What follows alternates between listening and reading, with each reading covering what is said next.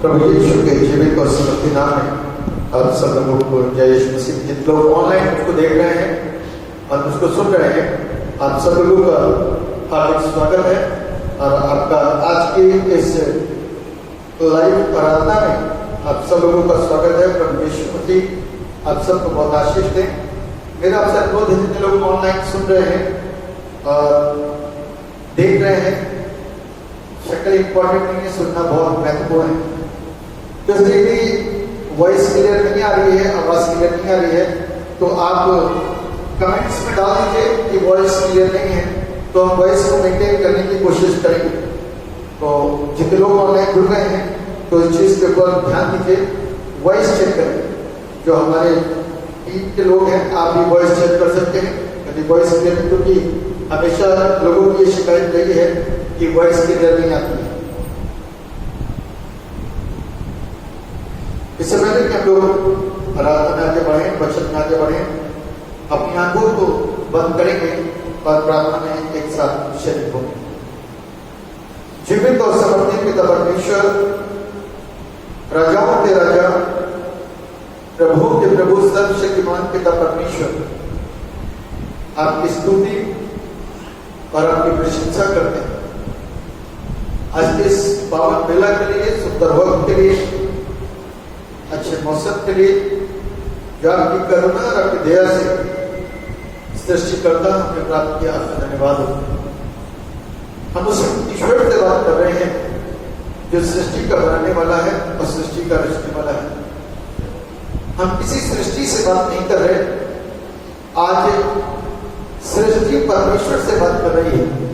अर्थात वो परमेश्वर जिसका नाम यीशु है, एलोहिम है। एलोहिम क्रिएट परमेश्वर को दर्शाता है। उस परमेश्वर से हम बात कर रहे हैं कि प्रभु अपनी गहरी उपस्थिति हमारे मध्य में ले आइए, ताकि प्रभु आपके आने से हम वो सारी बातों को बोल सकें जो अब तक हमारे जहन में कभी नहीं उतरी। उन सारी बातों को सीख सकें जो आज तक हमने स्वयं नहीं सीखा, ना कभी किसी को सिखाया।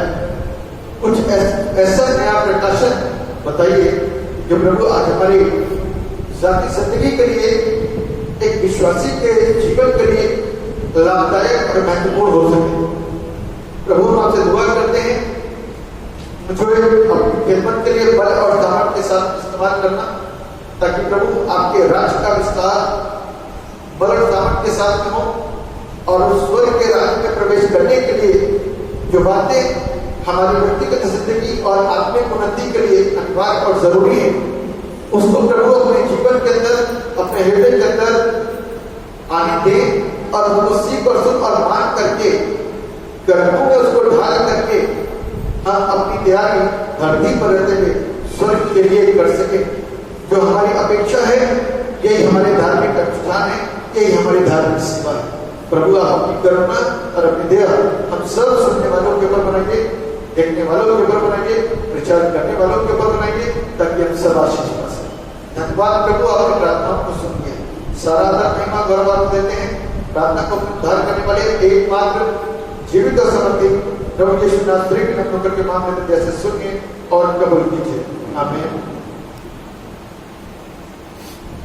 इतने लोग अभी अभी जुड़े हैं, आप सबका स्वागत है प्रभु यीशु मसीह में। आप सबको जय यीशु मसीह की। प्रभु आप सबको आशीष दे। मैं आपके सामने बाइबल में से हिस्से को पढ़ूंगा जो पढ़ता है मत्ती रचित सुसमाचार, उसका 13वां अध्याय और उसके 44 पद से लेकर 52 पद तक। मत्ती रचित सुसमाचार उसका 13वां अध्याय और उसके 44 पद से लेकर के 52 पद तक, जहां पर इस प्रकार से लिखा हुआ है, स्वर्ग का राज्य खेत में छुपे हुए धन के समान है, जिसे किसी मनुष्य ने पाया और छिपा लिया और मारे आनंद के जाकर अपना सब कुछ बेच दिया और उस खेत को मोल ले लिया।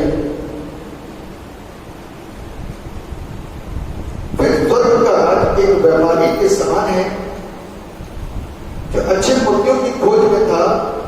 जब उसे एक बहुमूल्य मोती मिला तो उसने जाकर अपना सब कुछ बेच डाला और उसे मूल्य लिया।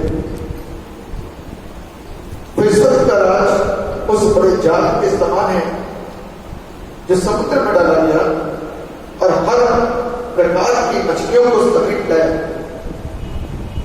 और जब जाल भर गया तो मछली उसको किनारे पर खींच लाए और बैठकर अच्छी तो बर्तनों में इकट्ठा की और निकम्मी फेंक दी। जगत के अंत में ऐसा ही होगा। स्वर्गदूत आकर दुष्टों को धर्मियों से अलग करेंगे और उन्हें आग के कुंड में डालेंगे जहां रोना और दांत पीसना होगा। क्या तुमने ये सब बातें समझी? उन्होंने उससे कहा हाँ। उसने उनसे कहा इसलिए हर एक शास्त्री जो स्वर्ग के राज का चेला बना है उस गृहस्थ के समान है जो अपने भंडार से नई और पुरानी वस्तुएं निकालता है। ये प्रभु यीशु क्रिस्त का सुसमाचार है। प्रभु यीशु क्रिस्त की स्तुति हो। आमीन। आज जिस विषय के ऊपर हम लोग मनन करने जा रहे हैं, जिस विषय के ऊपर आज लोग बातचीत करने जा रहे हैं, बहुत मुख्य है, बहुत जरूरी है। एक विश्वासी के लिए, एक मसीह के लिए, एक प्रभु में आए हुए व्यक्ति के लिए। ठीक कुछ इस प्रकार से है, no sacrifice is too great for those who seek the kingdom of God। यानी कि परमेश्वर के राज के खोजियों के लिए बड़े से बड़ा त्याग भी बड़ा नहीं होता। परमेश्वर के राज के खोजियों के लिए बड़े से बड़ा त्याग भी बड़ा नहीं होता। इस विषय के ऊपर आज हम लोग मनन करेंगे। एक ऐसा विषय है जो एक विश्वासी की जिंदगी से ताल्लुक रखता है, एक मसीह की जिंदगी से ताल्लुक रखता है। एक वो जो अपने आप को प्रभु का बताता और कहता है और वक्त आने पर उसको भूल जाता है या छोड़ देता है, ये उससे ताल्लुक रखता है। कहा गया इस शीर्षक में परमेश्वर के राज के खोजियों के लिए, जो लोग परमेश्वर के राज की बात जो रहे, खोज रहे, परमेश्वर के राज्य को खोज रहे, स्वर्ग की खोज में लगे हैं, सच्चाई की खोज में लगे हैं, उस ईश्वर की खोज में लगे हुए हैं जो इतनी उम्र बर्बाद करने के बाद भी अभी तक नहीं मिला। और खोजते खोजते खोजते उन्होंने अपने जीवन को तबाह कर दिया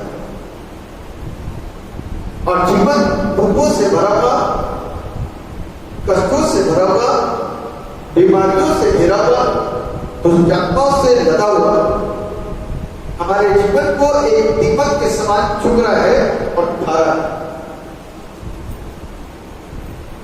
और हम उससे जरा सा भी आजाद नहीं हो पा रहे, मुक्त नहीं हो पा रहे।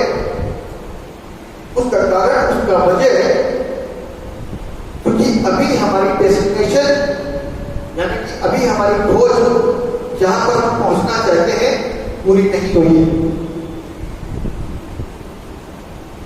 जब आपको खोजने पर प्रभु यीशु मसीह मिल जाए, वो प्रभु मिल जाए जिसकी लालसा आपने की, जिसकी ख्वाहिश आपने की, जिसकी तमन्ना आपने की, मिल जाने पर क्या होता है वो बड़ा महत्वपूर्ण है। मिल जाने पर क्या करना पड़ता है वो बड़ा इंपॉर्टेंट है। बाइबल हमको बता रही है, जरा अपने ध्यानों को केंद्रित करेंगे। मत्ती रचित सुसमाचार उसके 13वें अध्याय के 44वें पद, और जहां पर इस प्रकार से लिखा हुआ है, स्वर्ग का राज, वो स्वर्ग जिसपे दुनिया के हर एक व्यक्ति, हर एक धर्म, हर एक जाति, हर एक वर्ग ये जानता है कि स्वर्ग एक पवित्र शब्द है। स्वर्ग एक ऐसा स्थान है जहां पर मरने के बाद में सब लोग जाने की अपेक्षा करते हैं। स्वर्ग वो जगह है जहां पर सत्य परमेश्वर का निवास है और उसका गढ़ है। इतना तो हम जानते हैं, चाहे वो कोई भी धर्म का क्यों ना हो, कोई भी जाति का क्यों ना हो। अब बेशक हम उसको, कोई भी व्यक्ति को उठा करके स्वर्ग से कनेक्ट कर दें, वो हमारी और आपकी मूर्खता है, वो हमारा आपकी अज्ञानता है। हम किसी भी चीज को उठा करके स्वर्ग से कनेक्ट नहीं कर सकते। यदि किसी भी चीज को उठा करके उस स्वर्ग से कनेक्ट करेंगे तो मेरे और आपके लिए मुसीबत हो जाएगी, मेरे और आपके लिए मुसीबत हो जाएगी। इसलिए बड़े तरीके से तार को जोड़ने की कोशिश की जाती है कि यदि तार उल्टा जुड़ गया तो वहां पर शॉर्ट हो सकता है, आग लग सकती है, लाइन पूरी डिस्कनेक्ट हो सकती है, जल सकती है। तो कहने का अभिप्राय यह है, आज तक दुनिया में लोगों के पास कोई ना कोई तो है जिसको उन्होंने स्वर्ग से जोड़ रखा है, और जुड़ने के बाद भी लाइफ जो है ना ईश्वर से डिस्कनेक्ट है। तो इस स्तर पे ताका मचा रही है, घर पे ताका मचा रही है, बीमारियों ने चारों तरफ से घेर रखा है, धन जितना कमाते हैं उतना ही बर्बाद होता है, कामों में बरकत हो नहीं रही, तरह तरह की चीजें, तरह तरह की बातें। और बाइबल हमको बताती है कि सबसे पहले स्वर्ग के राज्य में रहने वाले परमेश्वर की खोज करो। वो ईश्वर है कौन? जब मिल जाएगा ना तो उसको संभाल के अपने पास में, उसको अपने से जानने मत देना, ठीक है ना? उसको अपने से दूर मत होने देना। ये बड़ी इंपॉर्टेंट बात है, क्योंकि उस ईश्वर को हम अपने से दूर कर देते हैं। आज मुख्य विषय का जो अभिप्राय है वो यही है कि हम उस सत्य परमेश्वर को जान लें और उसको पहचान लें। लिखा हुआ है 44 पद में, स्वर्ग का राज खेत में छिपे हुए धन के समान है, जिसे किसी मनुष्य ने पाया और छिपा दिया और मारे अंत जाके अपना सब कुछ बेच डाला और उस खेत को मोल ले लिया। स्वर्ग का राज आसानी से तो मिलता नहीं, तो इसको एक संज्ञा लेकर के संबोधित किया गया है। इसको बताया गया है कुछ इस तरीके से, कुछ इस प्रकार से, खेत में छुपे हुए धन के समान। खेत में छुपे हुए धन के समान, छोटा सा बात फर्ज करके इसके पीछे धन छुपा हुआ है और आपको मालूम पड़ गया इस धन के इसके पीछे जो धन छुपा हुआ उसका अधिकारी क्या है। जब तक ये सारी चीजें आप अपने कंट्रोल में नहीं लोगे तब तक आप इस धन के अधिकारी बन नहीं सकते। जब तक आप इसको अपना नहीं लोगे, जब तक आप इसको अपने संरक्षण में ले नहीं लोगे, जब तक आप इसको स्वीकार कर नहीं लोगे, जब तक आप इस बात को जान नहीं लोगे कि असली धन यही है, तो कोशिश क्यों करोगे? जब जान जाओगे कि असली धन यही है तो कोशिश करना शुरू करो। छोटा सा इंसान को कार खरीदनी है, नई कार तो आ रही है 8.5 लाख 9 लाख,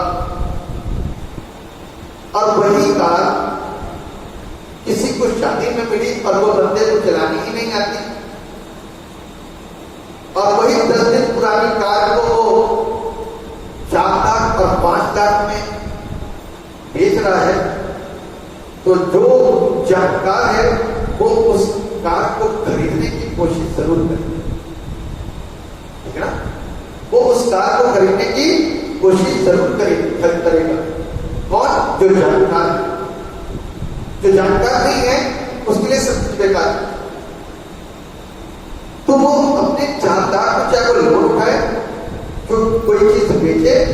उसको मालूम है 4 लाख का सौदा बुरा नहीं, और 4 लाख इकट्ठा करके उसको अपने कब्जे में ले ले, वो उसका स्वामी बन जाएगा, उसका मालिक। इसी तरीके से यहां पर लिखा हुआ है कि जब इसको बंदे को पता चल गया तो इसने उस धन को छिपाया और मारे आनंद के जाकर अपना सब कुछ बेच दिया और उस खेत को मोल ले लिया। उस खेत को क्या कर लिया? मोल ले लिया। अब ये धन का अधिकारी कौन गया? वही बंदा। ऐसे ही इसी के बाद एक जिक्र है 45वें पद में, फिर एक उदाहरण से यहाँ पर दर्शाया गया है। एक व्यापारी के समान है जो अच्छे मोतियों की खोज में था, उसको जगह जगह मोती मिलते होंगे। अच्छा मोती कभी एक ही बार मिलता, अच्छे मोतियों की खोज में था। और लिखा हुआ है जब उसे एक बहुमूल मोती मिला तो उसने जाकर अपना सब कुछ बेच डाला और उसे मोल ले लिया। दोनों उदाहरण के अंदर एक मुख्य बात को देखने को हम देख पा रहे हैं, वो ये है कि अच्छाई को, सच्चाई को, हकीकत को, बहुमूल्यता को पहचानने के बाद में इंसान अपने आप की बहुत इंपॉर्टेंट चीजों को बेच करके उसको खरीद लेता है। यानी कि एक चीज उसके पास से कम होगी तब दूसरी चीज अच्छी आएगी, एक चीज उसके पास से कम होगी तब दूसरी चीज अच्छी आएगी, और ये जो चीज कम होगी इसका मूल्य इसके सामने कुछ भी नहीं है। जो चीज यहां से कम होगी, जिसको हम यहां से हटाएंगे, जिसको यहां से डिलीट मारेंगे, इसकी वैल्यू इस अच्छे बहुमूल्य मोती के सामने कुछ भी नहीं है, जीरो है, नगण्य है। तो बातें हमको इस प्रकार से सूचित कर रही है कि हमको और आपको इस बात को भली प्रकार से सीखना है और समझना है और जानना है कि प्रभु यीशु मसीह वो सच्चा मोती है जिसने उसको पा लिया तो अपने अंदर की बुराइयों को तो हमको डिलीट मारना ही पड़ेगा,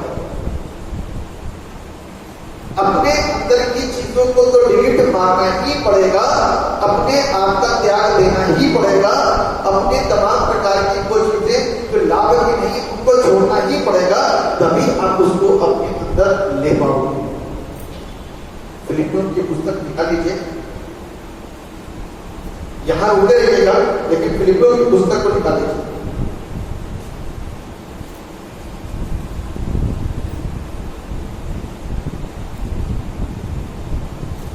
उसका 3रा अध्याय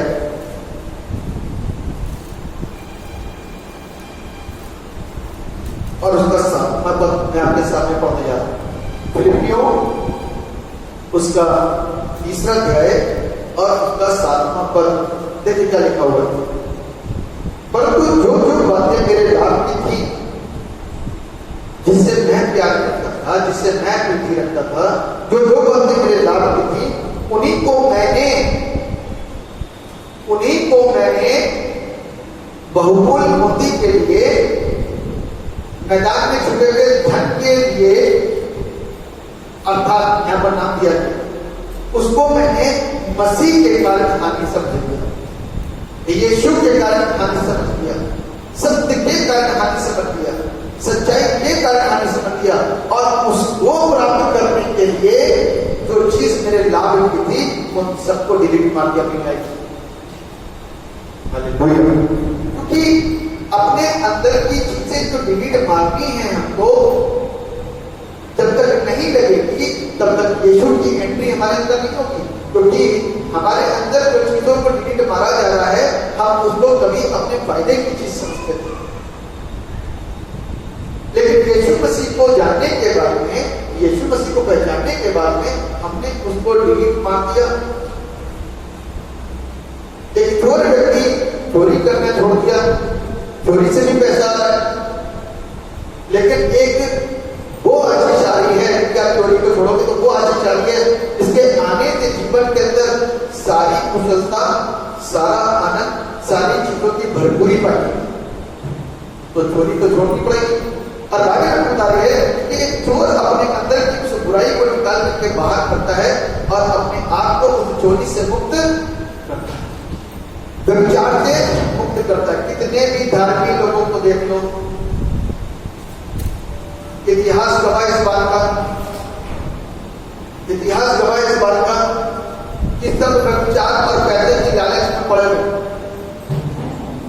सब व्यभिचार और पैसे की लालच में पड़े हुए हैं।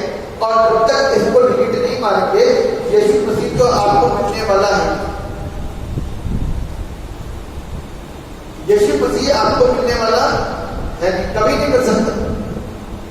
यीशु की प्राप्ति यदि आपको करनी है, उस सच्चे बुद्धि को लेना है, उस सत्य को लेना है, उस सच्चाई को लेना है, तो मुझको रात को अपने अंदर के बुराइयों को निकाल के बाहर करना है और त्याग देना है।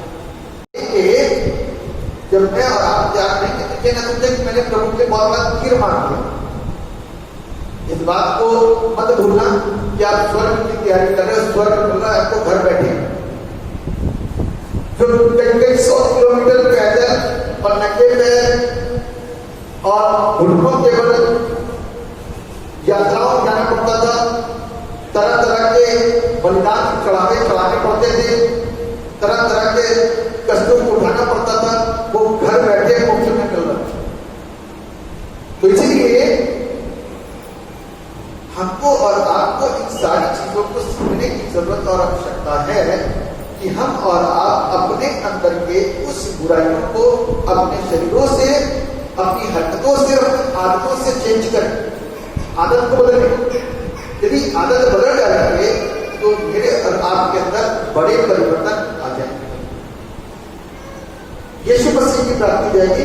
इसीलिए पौलुस यहाँ पर कहता है, परंतु जो जो बातें मेरे काम की थी उन्हीं को मैंने मसीह के कारण हानि समझ लिया है, वरन मैं अपने प्रभु यीशु मसीह की पहचान की उत्तमता के कारण सब बातों को हानि समझता हूँ, जिसके कारण मैंने सब वस्तुओं की हानि उठाई और उन्हें थोड़ा समझता हूँ, जिससे मैं मसीह को प्राप्त करूँ और उसमें पाया जाए। इंपॉर्टेंट है मसीह को प्राप्त करना और उसमें पाया जाना। अब यीशु मसीह तो अंदर है नहीं, आप आए और आपने 5 साल का 5 साल दुआ करो, एक जादू हो और दुष्ट आत्मा हो और भाग करते चलिए, उसके बाद में 4 दिन का फिरा जाए, क्योंकि आपने यीशु के कुछ नहीं करना। आप तो आए, आपने दुष्ट आत्मा निकलवाई, बीमारी दूर करवाई, एक 10 का रुपया लिया, रात बात में पट्टे से डाला और उसके बाद में फिर जो कुछ करते थे वो करना शुरू कर दिया। यहां पर पौलुस क्या है, यहां पर पौलुस कह रहा है, जो बातें मेरे काम की थी उन्हीं को मैंने मसीह के कारण हानि समझ लिया, मैं अपने प्रभु मसीह यीशु की पहचान की उत्तमता के कारण सब बातों को हानि समझता हूँ, जिसके कारण मैंने सब वस्तुओं की हानि उठाई और उन्हें थोड़ा समझता हूँ, जिससे मैं मसीह को प्राप्त करूं और उसमें पाया जाऊं, ना कि अपनी उस धार्मिकता के साथ जो व्यवस्था से है, वरन उस धार्मिकता के साथ जो मसीह पर विश्वास करने के कारण है और परमेश्वर की ओर से विश्वास करने पर बनती है। विश्वास करने पर बनती है, व्यवस्था को पूरा करने से नहीं बनती है। व्यवस्था को पूरा करने से कुछ नहीं मिलता, विश्वास करने से मिलता है, अपने आप को समर्पित करने से मिलता है, सैक्रिफाइस करने से मिलता है। लेकिन ये सारी चीजें मेरे आपके लाइफ के अंदर नहीं पाई जाती हैं तो मुसीबत में है और भूखे नहीं कि हमको जन्नत मिल जाएगी, नजात ही नहीं मिलेगी पहले तो जन्नत तो बहुत दूर की बात है। 5 बीड़ी शराब नशा करने से जन्नत की प्राप्ति नहीं है, स्वर्ग नहीं मिलता, सल्वेशन नहीं मिलेगा। लड़ाइयां लड़ते थे, गालियां बढ़ते थे, एक दूसरे की स्त्री और पुरुषों के ऊपर लालच करते थे, दूसरों के ऊपर तरह तरह के टोने बोलते और तरह तरह के काम करवाते हुए करते हुए स्वर्ग की रात में बारिश नहीं हो सकती। एक बात बताना चाहता हूं, जो टोने टुटके करते हैं और करवाते हैं उनकी लाइफ कभी भी खुश नहीं होगी, ध्यान दें। वो कभी भी अपने जीवन के अंदर संतुष्ट हो ही नहीं सकते। आप उनकी नस्ल को एक बार उठाना, उनका इतिहास उठाना और पढ़ने पढ़ना शुरू कर देना।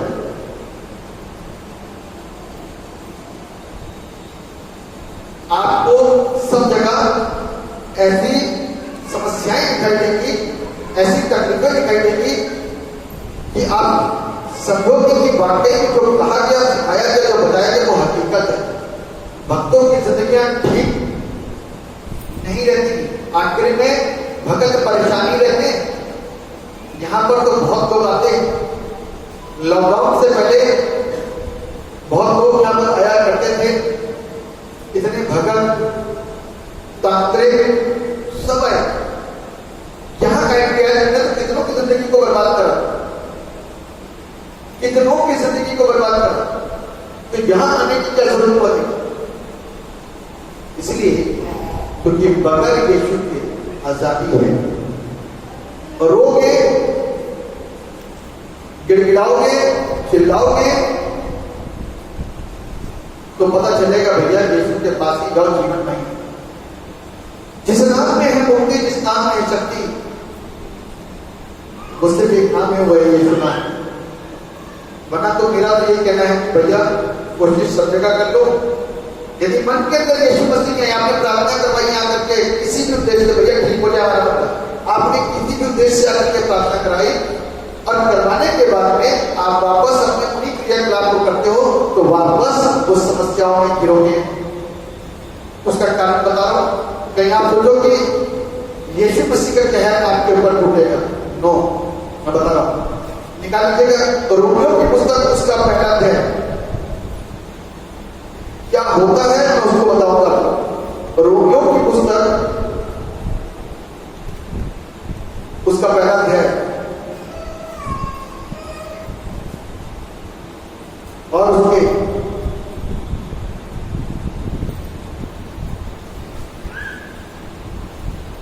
और उसके पहले पद से, सॉरी उसके 98 पद से आपके पढ़, ध्यान से सुनिएगा। जितने लोग ऑनलाइन हैं ध्यान से सुनिएगा। यदि बाइबल में लिए है तो कम से कम कानों को ध्यान से खोल करके सुनना शुरू करिए कि आज परमेश्वर के साथ में कैसा खिलवाड़ कर रहा है इंसान। परमेश्वर के साथ में इंसान कैसा खिलवाड़ कर रहा है देखिएगा। लेकिन परमेश्वर का क्रोध तो उन लोगों की सब अभक्ति, परमेश्वर का क्रोध जो है उन सब लोगों की अभक्ति और अधर्म पर स्वर्ग से प्रकट होता है। अधर्म पर हम सोचते हैं कि हम धर्मी हैं, हम व्यवस्था को पूरा कर रहे हैं, हम नियमों का पालन कर रहे हैं तो हम धर्मी हो गए। हमने दुकान खोली और जो भी अपने धर्म के मुताबिक करना था वो करा और उसके बाद में फिर इंसान की जेबें काटना शुरू कर दिया। ये कौन सा धर्म है? इसी बात के लिए पूजा कर रहे थे, इसी बात के लिए प्रार्थना कर रहे थे कि आने तो उसको काटने का बड़ा तरीके से। अधर्म लिखा है उन लोगों की सब भक्ति और अधर्म पर स्वर्ग से प्रकट होता है जो सत्य को अधर्म से दबा करके रखते हैं। सच्चाई तो आप जानते हो, सच्चाई तो आप जानते हो, लेकिन आपने और हमने क्या कर रखा, उसको अधर्म से, पाप से, गुनाहों से दबा दिया, उसके ऊपर एक रद्दा लगा दिया। सत्य तुम दबे रहो, हम अपना काम ऊपर से करेंगे और अपने आप को ऐसा जताएंगे, ऐसा दर्शाएंगे जैसे कि बहुत पवित्र, शुद्ध और धार्मिक लिखा हुआ है यहाँ पर। इसलिए परमेश्वर के विषय का ज्ञान उनके मनों में प्रकट है क्योंकि परमेश्वर ने उनके ऊपर प्रकट किया है। लिखा हुआ है उसके अनदेखे को, अर्थात उसकी सनातन सामर्थ और परमेश्वर जगत की सृष्टि के समय से उसके कामों के द्वारा देखने में आते हैं। यहाँ तक कि वे निरुत्तर हैं, इस कारण कि परमेश्वर को जानने पर भी उन्होंने परमेश्वर की योग्य बड़ाई और धन्यवाद न किया, परंतु वे विचार करने लगे। यहाँ तक कि उनका बुद्धिमान अंधेरा हो गया और वे अपने आप को बुद्धिमान जताकर, वे अपने आप को बुद्धिमान जताकर मूर्ख बन गए और अविनाशी, यानी कि वो परमेश्वर जिसको कहते हैं अविनाशी, जिसका विनाश नहीं हो सकता, जो नाश नहीं हो सकता, अविनाशी परमेश्वर की महिमा को नाशवान मनुष्य, है ना, ये व्यक्ति तो मरेगा आज नहीं तो कल, ये अमर होगी, ये कोई ऐसी अमरता को लेकर गया नहीं कि मरने का नहीं, स्वाभाविक रूप से तो मरेगा ही मरेगा। लिखा है कि और अविनाशी परमेश्वर की महिमा को नाशवान मनुष्य और पक्षी जो होने वाले हैं और चौपाई पर चार करके हैं और बैठने वाले जंतुओं की मूरत, चौपाई और बैठने वाले जंतुओं की मूरत की समानता में बदल डाला। आज जितनी स्टैच्यूज हैं, मूर्तियां हैं, आप उसमें जानवरों को देखोगे, चिड़ियों को देखोगे और उनके ऊपर कोई बैठा हुआ है, एक ऐसा व्यक्ति जो नाशवान है। तो कैसा है? नाशवान, उसको बैठा रखता है। और हम आप कहते हैं कि हम ईश्वर से प्यार करते हैं। ईश्वर को तो कोई जानता ही नहीं, आप सृष्टि के पीछे पड़े हुए हो, सृष्टि को गले लगा रखा है।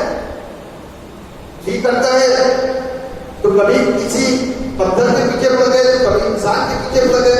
अभी मैं पिछले हफ्ते की बात है, कोई बुजुर्ग बात है बहुत ज्यादा, वो ठीक हो गए प्रार्थना से, तो मेरी निगाह जैसे हड्डी को बेचारे पैर छूने, यानी कि जैसे लोगों की आदत पुरानी थी ना, वही आदत को यहाँ पर लागू करने की कोशिश कर। मेरे पैर छूने की जरूरत आवश्यकता नहीं है, उस सत्य परमेश्वर को मानो और उस पर विश्वास करो। इतना करने के क्या है? मैं घूमने करा कि मेरे घर में मेरी फोटो लोग घर में लगा दो और उसके पीछे आप गलत है, सब पाप है। यदि आप मौन है, जितने लोग देख रहे हैं, तो इंसानों की पूजा करना छोड़ करके सत्य ईश्वर की पूजा को करो, सत्य ईश्वर को जानो, तभी तो स्वर्ग मिलेगा। लिखने के स्वर्ग की थोड़ी तो जानो मेरे प्रियो, उसके लिए त्याग करना पड़ेगा। बाइबल कहती है कि इस कारण, अब आगे इंपॉर्टेंट बात, इस कारण परमेश्वर ने उन्हें उनके मन की अभिलाषाओं के अनुसार अशुद्धता के लिए छोड़ दिया कि वे आपस में अपने शरीरों का अनादर करें और नीच कामों को और नीच कामनाओं को पूरा करें। इसलिए परमेश्वर छोड़ दिया। परमेश्वर ने आपके खिलाफ में कोई एक्शन नहीं लिया, एक्शन लेगा 100% लेगा, एंड में लेगा। तब दुनिया की कोई ताकत, रुपया, पैसा, खूबसूरती, भीड़ दौड़, फोर्स, बड़ा लिखा व्यक्ति कोई काम नहीं करेगा। बुरे काम वाला व्यक्ति नरक में ही डाला जाएगा, चालबाज व्यक्ति नरक में ही डाला जाएगा, धोखा देने वाला व्यक्ति नरक में ही डाला जाएगा, व्यभिचारी व्यक्ति नरक में ही डाला जाएगा, गलत विचारों को उत्पन्न करने वाला व्यक्ति नरक में ही डाला जाएगा। स्वर्ग नहीं उसके लिए। भ्रांत शिक्षा से बाहर आएंगे और ऐसे विचारों से बाहर आएंगे कि आपके बड़े बड़े दान और बड़े बड़े चढ़ावे चढ़ाएंगे तो आपको ईश्वर हो जाएगा। प्रभु इससे कभी खुश नहीं होता। आप दुनिया भर में चढ़ावे चढ़ा के आकर के पाप कर रहे हो और आप लोगों की सारी चीजें हो जाएंगी। मेरा तो हमेशा लोगों को एक बात सिखानी होती है, मैं हमेशा बोलता हूं, कई बार बोलता हूं कि आपको यदि बाल कटवाने हैं और आप मोची के सामने खड़े हो तो खड़े ही रह जाओगे और बाल जिंदगी में नहीं कटेंगे, क्योंकि गलत जगह पर खड़े हो, गलत व्यक्ति के पास खड़े हो। तो इसलिए इस बात को सोचो, इस बात को जानो कि बाल कहाँ कटते हैं। मोची के पास कटते हैं कि बाल काटने वाले के पास बाल कटते हैं। इस बात को जानना मेरे और आपके बहुत जरूरी हो चुका है। अभी तक परमेश्वर का ज्ञान मेरे और आपके पास नहीं है, तो त्याग कहां से लेंगे? परमेश्वर के ज्ञान को मेरे और आपके अंदर होना बहुत जरूरी और अनिवार्य है। मेरे प्रियो, कई गलत जगह तो खड़े नहीं है, असत्य का साथ तो नहीं दे रहे, समय बर्बाद नहीं हो रहा। आप तो बहुत अच्छे व्यक्ति लेकिन गलत जगह खड़े हो। आपसे प्रभु प्यार करता है लेकिन आपने कभी उसके आवाज को नहीं सुना, आप गलत जगह खड़े हो।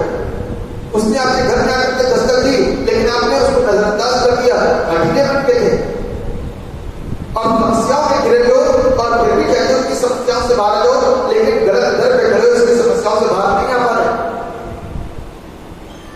मेरे प्रियो, सही जगह को चुनो, जानो, प्रभु से बात करो।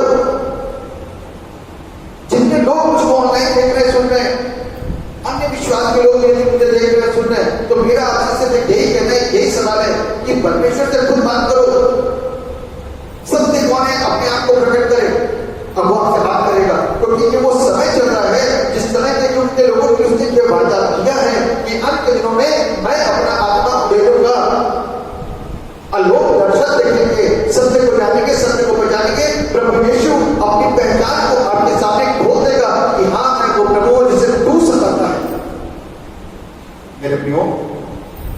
आज सही ज्ञान लेने की जरूरत है।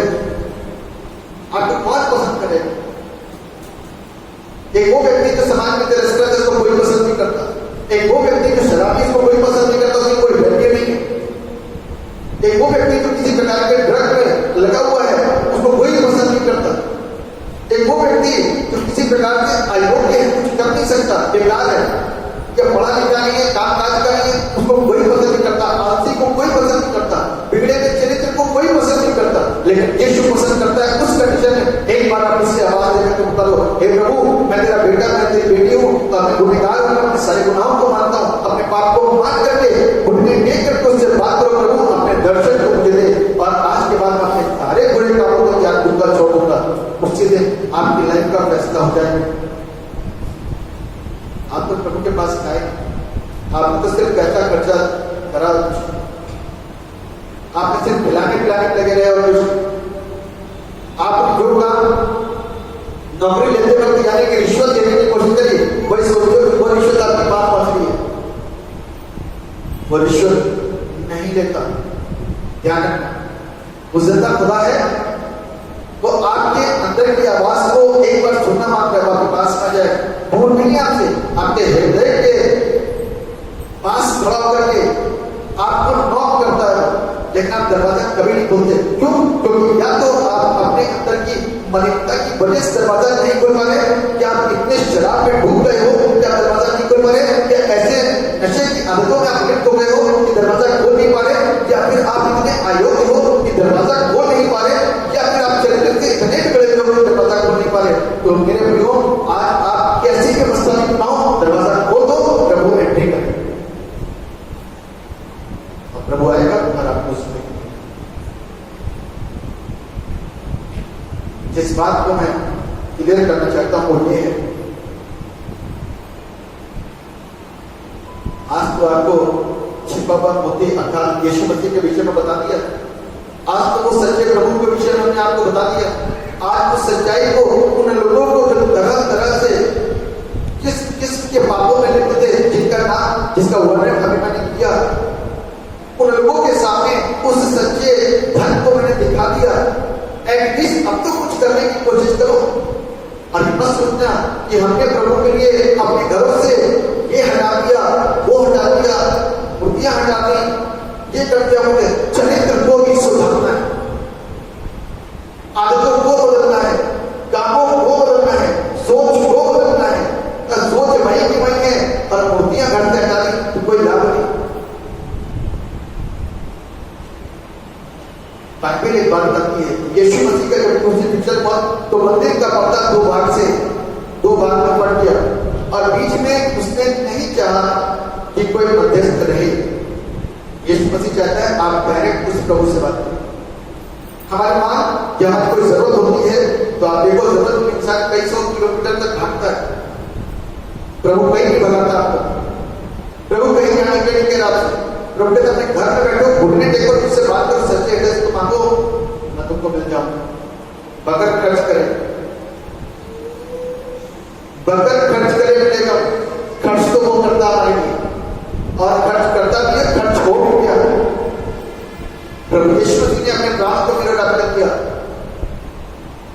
पौलुस उसके बाद में कहता है, यदि आप बोलो मेरे सामने पुस्तक, मैं आपको पढ़वाता हूं, पुस्तक ग्रंथियों 12वां अध्याय 15वां पद, पुस्तक ग्रंथियों 12वां अध्याय 15वां पद कहता है, मैं तुम्हारी आत्माओं के लिए बहुत आनंद से खर्च करूंगा। इसके लिए, शरीर के लिए ध्यान रखें। आत्मिक व्यक्ति और शारीरिक व्यक्ति के अंदर थोड़ा सा ये फर्क है। ये शारीरिक व्यक्ति आत्मिक बातों को जान चुका, तो अब शरीर के पीछे नहीं, आत्मा के पीछे और आत्मा को बचाने के पीछे दौड़ा चला जाता है। फिर से रिपीट करूंगा इस सेंटेंस को, कि शारीरिक व्यक्ति जब आत्मिक बातों को जान गया तो अपनी स्वयं की आत्मा को बचाने के लिए और दूसरों की आत्मा को बचाने के लिए खर्च करना है, ठीक है। और उसके खर्च करने के लिए ये परमेश्वर का वचन है। लोग आपको मुफ्त में देते हैं, अपना पैसा खर्चा करते हैं, आपको मुफ्त में देते हैं, इसलिए इससे आप इसको पढ़ो। किसी ने बड़ा खूबसूरत देखा कि बाइबल की खूबसूरती क्या है, और उसके अंदर उसने लिख डाला कि बाइबल की खूबसूरती यह है कि बाइबल हमको बदलती है, ना कि हम बाइबल।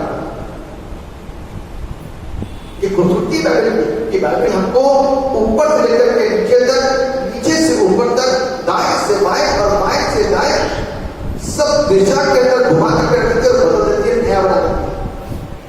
अगल बगल वाले देखने लग जाते हैं, एक बार सोचते हैं नया कोई नाटक तो नहीं हो रहा, आभास हो जाता है। इसीलिए प्रभु ने और प्रभु के लोगों ने, जिन लोगों ने आत्मिकता को जान लिया, उन लोगों ने आत्मिकता को और आत्मा को बचाने के लिए बहुत खर्च किया।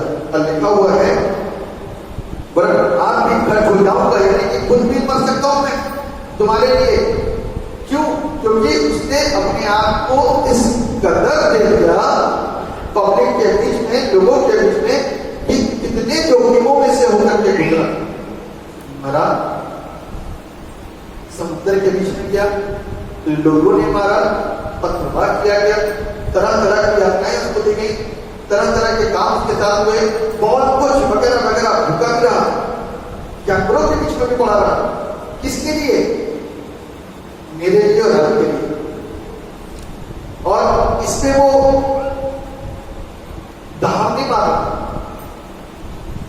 इसमें दाम नहीं मारा कि मैंने प्रभु ने इतने बड़े बड़े काम कर दिए, इतने बड़े बड़े काम कर दिए। बाइबल क्या कहती है, बड़ा खूबसूरत सा आज का टॉपिक है। बाइबल कहती है परमेश्वर के राज्य के खोजियों के लिए बड़े से बड़ा त्याग भी बड़ा नहीं होता, क्योंकि जिस चीज को आप लेने जा रहे हो ना, उसके आगे ये सारे त्याग, सारे सैक्रिफाइस सब फीके हैं, सारे बलिदान सब फीके हैं। इसलिए आप ऐसा मत जताओ प्रभु पर कि प्रभु जी, प्रभु के दासों को आप जाकर बताते हो कि पास्टर साहब हमने प्रार्थना करनी शुरू कर दी,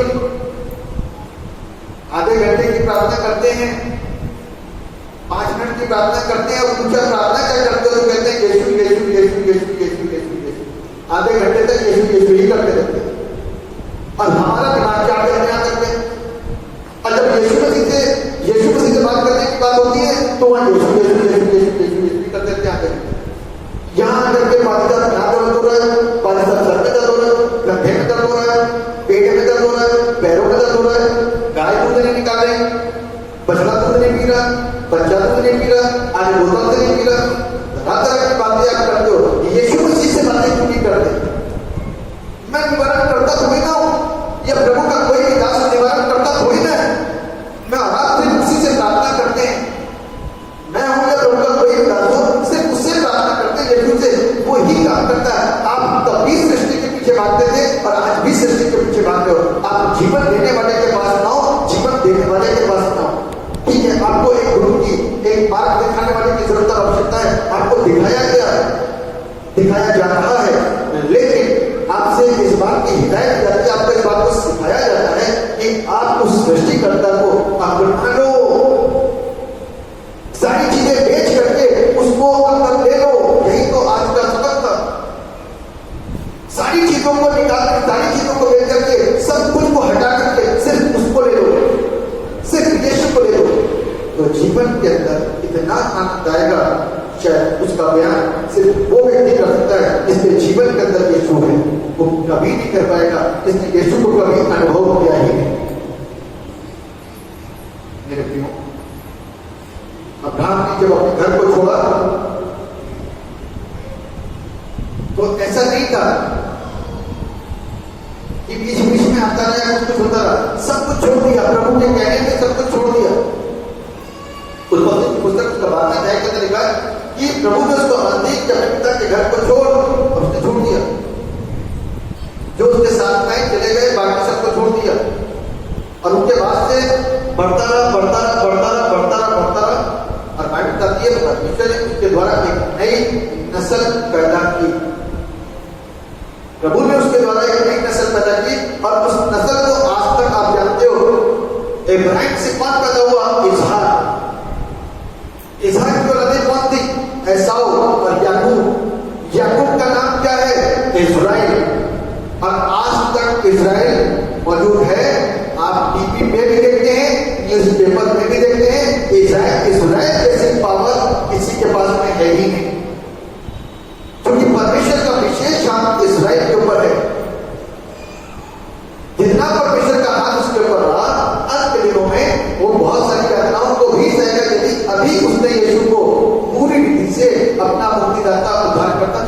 क्योंकि इस्राएल जो है वो यहोवा पर विश्वास करने वाला, यहोवा को मानने वाला, एलिया को मानने वाला है। अब इस्राएली यीशु मसीह को मान करके, चाहे वो कहीं पर हो, अमेरिका में हो, इंग्लैंड किसी भी देश में हो, वो वहां से वापस इस्राएल में इकट्ठा हो रहे हैं, जा रहे हैं, विश्वास कर रहे हैं यीशु मसीह पर, आनंद मना रहे हैं यीशु मसीह पर। उसको उद्धारकर्ता मिल गया है, उनको मुक्तिदाता मिल गया है, उनके सामने सच्चाई खुल गई है। लेकिन ऐसे भी बहुत सारे लोग हैं, जब इतना बड़ा भारत है तो कितने लोग एक परिवार के अंदर एक यीशु को मान रहा है, बाकी के यीशु को नहीं मान रहे। क्रिश्चियन फैमिली यीशु के उनका परमेश्वर है, लेकिन यीशु उनका परमेश्वर होने के बावजूद भी यीशु को कहीं से कहीं तक उस परिवार के द्वारा जो क्रिश्चियन प्रार्थना महिमा नहीं कर रही, तो क्या हो गया? ना उनके घर में फैमिली प्रेयर होती है, ना इंडिविजुअल प्रेयर होती है। उनके घर का भी सुचैन मिट चुका है, उनके घर में भी क्लेश आ चुके हैं, उनके घर के अंदर भी संकटों ने घर कर लिया है, उनके घरों के अंदर भी दुष्ट आत्माओं का वास आना शुरू हो चुका है। क्यों? क्योंकि यीशु मसीह को जानने के बावजूद भी आप यीशु से बहुत हुए, संसार में, नौकरी में, पढ़ाई लिखाई में, मोबाइल में, तरह तरह की चीजों में लिप्त हो और समस्याओं में घिरते चले जा रहे हो। एक मेरे प्रियो, आपने प्रभु ने कुछ नहीं किया,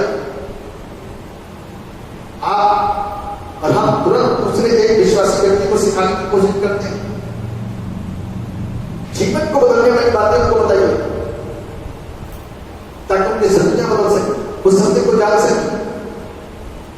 जब तक सत्य को जानेंगे उनके जीवन के अंदर, चाहे साल भर है, 1.5 साल है, 2 साल है, 3 साल है, 4 साल है, लाभ कुछ नहीं होने का। जब आपकी जिंदगी के अंदर जो 50 साल, 60 साल, 100 साल, 150 साल नस्ल बदलने, पीढ़ियां बदलने कोई फर्क नहीं पड़ा, तो एक विश्वासी से आप क्या अपेक्षा रखते हो कि 4 दिन के अंदर वो अपने सारे खाने फेंक दे? पॉसिबल नहीं। लेकिन जो करता है वो 100 साल वाले क्रिश्चियन से ज्यादा आशीष को पाता है। बाइबल में ऐसा लिखा है कि अंत के दिन में ऐसा होगा कि अगले अगले होंगे, और ऐसा हो रहा है। बड़ी आशीषें लोगों के सामने आ रही हैं और बड़ी आशीष लोगों को ले रहे हैं। बपतिस्मा पाया नहीं है, लेकिन अन्य भाषाओं से भरे हुए, पवित्र आत्मा के वरदानों से भरे हुए। क्यों? क्योंकि वो घुटने टेक करके प्रार्थना सवेरे करते हैं, रात को करते हैं, दिन में करते हैं। ये बात को जताते हैं कि डैनियल 3 बार प्रार्थना करता था और 3 बार प्रार्थना करते हैं, और हो सकता है बहुत सारे लोग 4 बार प्रार्थना करते हैं, 5 बार प्रार्थना करते हैं, आशीष नहीं मिलेगी, प्रभु नहीं मिलेगा। जब उन्होंने उस सच्चे मोती को पहचान किया, जब उस सच्चाई को पहचान किया, उस झूठे के धन को पहचान किया, उन्होंने उस सारी चीजों को छोड़ दिया, सिर्फ एक दिशा करके प्रार्थना प्रार्थना प्रार्थना और प्रार्थना। यीशु के सामने हर रूप में अपने संबंध को मजबूत करना, और तब यीशु की अपरंपार बारिश हमारी जिंदगियों में, हमारे द्वारा हमारे दूसरे व्यक्तियों के अंदर आसान हुए। आसानी आप कभी मत सोचना कि हमें प्रभु तेरे लिए इतने बड़े बड़े काम करें। आखिरी में बोलता है, बाइबल में क्या हुआ है कि प्रभु मैंने तेरे नाम से दुष्ट आत्माओं को निकाला, 10वां दिया प्रभु, 10वां दूसरों को बताते ना, 10वां देते अपने घरों के अंदर बैठने के बाद हर दिन चर्च जाते हैं, हर हफ्ते चर्च जाते हैं, तो आप ऐसा नहीं कर रहे हो प्रभु के ऊपर। क्या मैं ऐसा नहीं कर रहा हूं प्रभु के ऊपर? ये तो प्रभु की दया है, प्रभु की करुणा है कि उसका उपकार मेरे और आपके ऊपर होता है कि मेरे और आपको अनुग्रह मिल गया कि विश्वास करने के द्वारा हम प्रभु को माने, विश्वास करें, एक नई शुरुआत, तब जाकर मैं और आप आशीषित हो सकते हैं, अन्यथा मेरे और आपके लिए बड़ा मुश्किल हो जाएगा, मेरे और आपके लिए बहुत मुश्किल हो जाएगा। दूसरी कथा यूं ही नहीं। एक विश्वासी के जीवन में दूसरी कथा क्या वैल्यू रखती है मुझे नहीं मालूम, लेकिन इस बात को ध्यान रखना, दूसरी कथा इस बात को सिखाती है कि यीशु ने बलिदान दिया, और आज बगैर बलिदान के आप यीशु को स्वीकार नहीं कर सकते। आपको जो बलिदान देने हैं, अपनी इच्छाओं का बलिदान देना, जो चीजें लाभ की है उसका बलिदान देना, जिस चीजों के अंदर बड़ा आनंद आता है उसका बलिदान देना। क्या बलिदान दोगे तो यीशु को, बलिदान नहीं दोगे यीशु। यीशु ने बलिदान दिया, तब पिता के साथ रिश्ता मनुष्यों का जुड़ गया, और बलिदान ना होगा तो रिश्ता कभी नहीं। आप बलिदान नहीं दोगे तो कोई लाभ नहीं, मस्ती मारोगे तो मस्ती नरक में निकलोगे। क्योंकि बुरे कर्म वाला कभी भी ईश्वर के राज में वारिस नहीं हो सकता। बुरे कर्म वाला नरक ही जाएगा, और वहां पर मस्ती नहीं है, वहां पर पीड़ा है। ना रोना और दांतों का पीसना, आत्मा तो मरती नहीं, आत्मा तड़पती रहेगी, तड़पती रहेगी। इसलिए हर तरीके के पाप करने वाले व्यक्ति प्रभु यीशु मसीह को अपना मुक्तिदाता और उद्धारकर्ता परख करके स्वीकार करो। मैं नहीं कह रहा ऐसे परखो, और परख करके स्वीकार करो, प्रभु की आशीष मिलेगी। प्रभु कहता है मुझे परखो, वो प्रभु आपके साथ बहुत वफादार है। जब आप वफादारी को निभाओगे, दिखाओगे, जताओगे, तो प्रभु की आशीषें आपको और हमको वफादारी के साथ में प्राप्त होगा। विश्वास है कि इस वचन की शिक्षा से आप लोगों को प्रभु ने बहुत सारी बातों को बताया होगा। कभी भी कोई इस बात के ऊपर अहंकार न करे कि मैंने प्रभु अपने ये करा, आपने प्रभु ने कुछ नहीं करा। प्रभु ने आपको बुद्धि दी, तब आप प्रभु को समझते। प्रभु ने अपने आप को आपके ऊपर जाहिर करा, आपकी सच्चाई को देखते, और तब आप प्रभु को जानकर आपने प्रभु के कुछ नहीं करा, प्रभु ने ही कुछ किया है और करता रहेगा। इसलिए हमारा इस बात के ऊपर कभी घमंड न करें कि हम कुछ करके बैठे, कुछ नहीं करा हमने प्रभु के लिए, प्रभु ने सब कुछ करा, खुद ही दाता और खुद ही दाता। इसलिए उस सत्य परमेश्वर के साथ में ईमानदार बने हैं, ताकि उसकी आशीषें हमारे जीवन में स्थिर है, ताकि स्वर्ग हम जा सकें। जीवन की अंतिम सांस प्रभु को महिमा दे रही हो, और हम स्वर्ग की तैयारी कर चुके हो और तैयार हैं स्वर्ग। जैसा पौलुस कहता है, जी जो चाहता है तेरे पास होना, तो ऐसा ही अपने जी को ही बनाए, ताकि प्रभु के पास दौड़े चले जाए, तो प्रभु की आशीष है और आपको बहुत अच्छे साथ परमेश्वर इस वचन के द्वारा सबको आशीष होता है। जीवित और समर्पित पिता परमेश्वर, राजाओं के राजा, प्रभु के प्रभु, सब शक्तिमान पिता, आपके नाम को महिमा देते हैं। आपकी स्तुति और आपकी तारीफ और आपकी प्रशंसा हुआ करते हैं। पिता, आज का जो विषय था, शायद बनाने वाले ने बड़े अनुभव के साथ में इस टॉपिक को बनाया, कि लोग वास्तव में कई बार सोचते हैं प्रभु हमने बहुत कुछ करा, कितना बड़ा बड़ा दान किया, तो दुआएं भी देते हैं, प्रार्थनाएं भी करते हैं, सब कुछ करते हैं, लेकिन जो करके बोलते हैं वो अहंकार होता है, और प्रभु कभी भी अहंकार को पसंद नहीं करते। इसलिए प्रभु को महिमा दीजिए, प्रभु को ऊंचाइयों पर लेकर के जाइए, सत्य के साथ में अपने संपर्क मजबूत कीजिए, सत्य के साथ चलना सीखिए, और तमाम चीजों को त्याग कीजिए जो आपके लाभ की है या मेरे लाभ की है,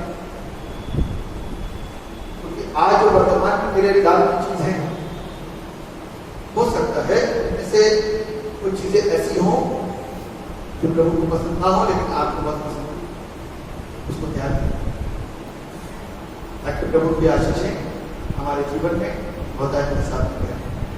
उसकी आशीष जो है वह उसके वरदान, जब उसके वरदान मिलते हैं तो अपने आप चमकने शुरू हो जाते हैं। प्रभु दया करें हम सब श्रोतागणों के ऊपर, सुनने वालों के ऊपर, ताकि उसकी आशीषें सदैव हमारी जिंदगी में ठहर सकें और हम उसके नाम को महिमा हुआ करते हैं। तमाम लोगों के लिए जो बीमार हैं लगातार कमेंट्स बॉक्स में डालते हैं, उनके लिए प्रार्थना करने के लिए प्रभु यीशु मसीह उनके लिए प्रार्थना करते हैं, यदि मौजूद हैं तो आप अपनी हर बीमारी के ऊपर हाथ कर सकते हैं। प्रभु यीशु मसीह आपको आपकी समस्त बीमारियों से मुक्त करे, आप दुष्ट आत्माओं से आजाद हो, आप बंधनों से आजाद हो, आपके ऊपर से सारा बोझ हट जाए, आपके ऊपर से सारे कष्ट मिट जाए, आपकी सारी दरिद्रता खत्म हो जाए, आपके सारे वो समस्याएं जो वंशज चली आ रही हैं श्राप बन करके वो आपके ऊपर से मिट जाए, और आप एक उत्तम जिंदगी को, खूबसूरत जिंदगी को, बेहतर जिंदगी को, आनंद जिंदगी को जी सको और परमेश्वर को धन्यवाद हुआ करते हैं। कार्यकर्ता परमेश्वर कोरोना वायरस के जिसका पैर और ज्यादा पसरता जा रहा है, और ये पैर दुआ करते हैं प्रभु जी आपके नाम से कोरोना वायरस खत्म किया जाए, और प्रभु मर्जी आपकी आपका प्रॉमिस है कि अपने लोगों को महामारी से बचाऊंगा। आप अपने लोगों पर दया करिए, विश्वासियों पर दया करिए, और इस देश को, इस दुनिया को समझाइए। दुआ करते हैं अपने फादर के जेकब के लिए, तबियत खराब थी, आपने उनके ऊपर रहम करा, जो भी कमी पेशी शरीर के अंदर रह गई है, आपसे दुआ करते हैं वो बीमारी को, कष्ट को दूर करिए और उनको छिपाइए। और बहुत सारे लोग चेयर के किसी प्रकार के बीमारियों में घिरे हुए हैं, समस्याओं में घिरे हुए हैं, तो प्रभु जी अपने नाम की सामर्थ के द्वारा उनके शरीर से उनके सारे रोग की बीमारियां उनके कष्ट मिट सके और वो ठीक होकर के आपके नाम को धन्यवाद। हमारा विश्वास है प्रभु आप प्रार्थनाओं को सुनने वाले परमेश्वर हैं, शंका करने वाले परमेश्वर हैं, आशीषों को देने वाले। धन्यवाद करता है जो कुछ हमने आपसे मांगा और हमने जो वचन से आपसे सीखा, इसलिए प्रभु आपका सारा आदर हिम्मत और आपको मिले। दुआ को उद्धार करने वाले एक मात्र जीवित और समर्थी प्रभु यीशु नासरी के नाम में करके मांग लेते, जैसे सुनिए और कबूल।